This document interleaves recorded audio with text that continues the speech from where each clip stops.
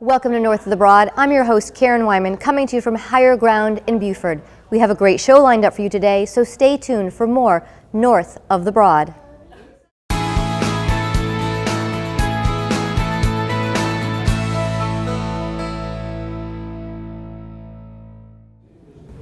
Welcome to North of the Broad. I'm your host, Karen Wyman, coming to you from higher ground in Beaufort.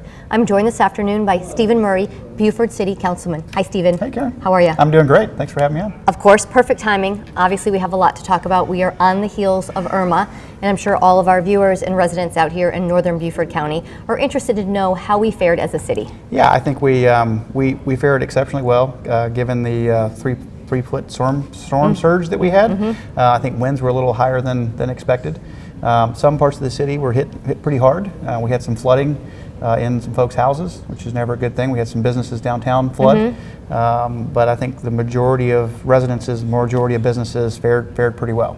Right, and so obviously there's been a lot of people out there who've already seen some footage of what downtown Beaufort looked like, pretty much at the cross-section of Bay Street and Carteret, and that area there that seemed to be a little bit lower lying than others. I know that Chocolate Tree has had some issues, and the adjacent construction company, and even across the street at the print shop, it looks like as I've gone back and forth down Carteret, they've suffered some damages.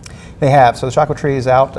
We're optimistic they'll be open by the end of the week, though. So they're excellent. working. Good news. Hires construction, the building, the Von Harten building that was recently renovated. Across the street, Budget Print, I think, took some water. And then the city-owned building where there's several businesses and nonprofits in there at 500 Carteret Street, where the Digital Corridor is located. Digital Corridor, correct, yeah. We took some water in there. The good news is all of those businesses had folks in very quickly after the storm. Got most of the water out. Fans have been running. The ACs have been kicked on. Disinfectant and things have been put in there. So we're hoping that the damage will be minimal. Great. Well, that's good to know. I know before we started, you talked about No Way Jose, so we're hoping that this is all we see this hurricane season here in Beaufort. Yeah, I think, for Matthew last year, this event, we had a lot of practice and we learned a lot of lessons from Matthew, but I think at the city, we're done with hurricanes. We really don't want to learn any more lessons. Although I'll say that I'm very proud of county emergency management folks, our city manager, all of our department heads.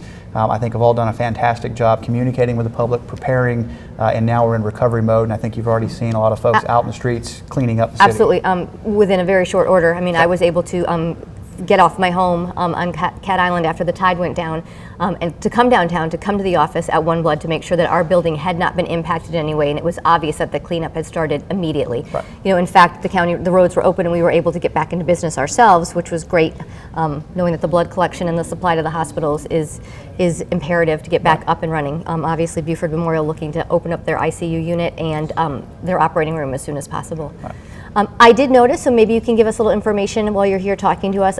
Obviously, as we prepared for Irma to make its way here, the Boundary Street project and all those barrels and all those things that could take flight during an event like this were getting picked up and put away. Right. Where do we stand now? Are we ready to get back to work there?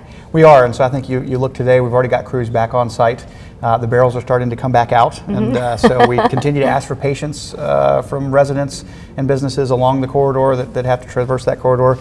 I've said before, I live downtown, and my business is located out in Burton, and so I drive the corridor a couple of times a day. Plan to take a little more time when you're going through there. 35 mile an hour speed limit or less. It's really about worker safety. Absolutely. It's a tight workspace. We've got a lot of stuff going on with the undergrounding of utilities, and so we're just asking for patience and to be safe so that all those guys and women can go home at night. Right, of course, to their families. Yep. Yeah. But we are some good news. We are on schedule.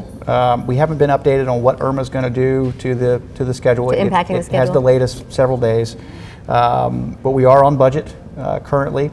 And I think you'll really start seeing the project come together with the sidewalks and the stoplights and some of the landscaping, and things are going to start to come together pretty quickly here. Excellent. So obviously this week, because of Irma, you had to cancel the city council meeting that is every Tuesday night. You will go back into session next week. Is that correct? Is that Tuesday the 20th? We did. I think it's I believe it's the 19th. The 19th. It'll be next Tuesday. We did something a little unusual this year. We took the majority of August off from council meetings. just because we've had a pretty full schedule throughout the rest of the year. So we had, I think, 4 or 5 weeks in a row off. So we had a cram-packed agenda yesterday, but just felt like with some folks coming back into town, our staff is working around the clock right now in recovering efforts, that it was prudent for us to cancel that meeting and try to move the agenda items into next week and the subsequent weeks. We'll get to it eventually, right? It We will all happen. absolutely get to it. I think right now we should just be very proud of our city, very proud of our citizens and our staffs for what they were able to do. Again, not only preparing us for the storm, but making sure we had no storm-related deaths and no storm-related injuries throughout, even with a 3-foot surge tide and lots of wind and rain over the course of 24, 48 hours. And so I think we should be very proud of that, pat ourselves on the back.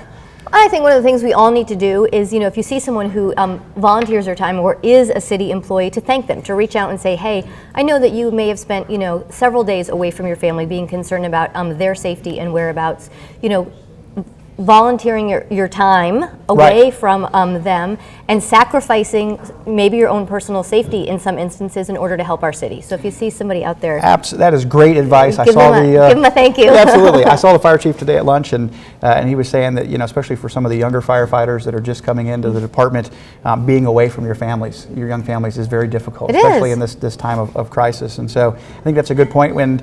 And those folks need to hear that they're doing a great job. I just talked to the city manager before I got here today, and someone in one of the neighborhoods was actually complaining about the level of cleaning that the public works folks were doing in front of their house one day after the storm hit. So not all of our friends are supportive in thanking these people. So I think a compliment goes a long way, and if that's the worst we get, if that's the worst y'all get, then I think you guys are doing a fabulous job. So absolutely. We have about a minute left. Anything else on the city agenda that's big that the residents are sort of hot about or will be coming up soon? We've got a lot of things going on. I think with this storm, we had an event about 6 to 8 weeks ago. We had 5 inches of rain in about 3 hours. We're having higher than average surge tides, just with the king tides now, where I've seen water come over the waterfront park, not in a tropical storm or hurricane event. So we're going to take a really hard look at our capital improvement plan. We're trying to prioritize some of these stormwater projects, and so Mossy Oaks is a hot issue right now that I've been putting a lot of pressure on both city, state, and county folks to try to come up with some solutions. So I expect that over the next couple of months, we'll begin identifying those solutions and then trying to find the resources to start making some headway on these projects, because I think I'm really hoping there's no more hurricanes or tropical storms in the near future. Crossing our fingers. But I do think that we're going to continue to see these higher than normal tides and these large rain events that we've been having. And I think as a city and as a county, we have to start planning and prioritizing for some of those things. Makes a lot of sense. Thank you, Stephen, so much for your time. Yeah. We always appreciate you coming and being a guest on North of the Broad. Thank you. So we'll certainly have you on in a few more months, and you can give us an update on all the wonderful things happening at Beaufort City Council. All right. Thanks so much. Karen. We're right back with our next guest on North of the Broad.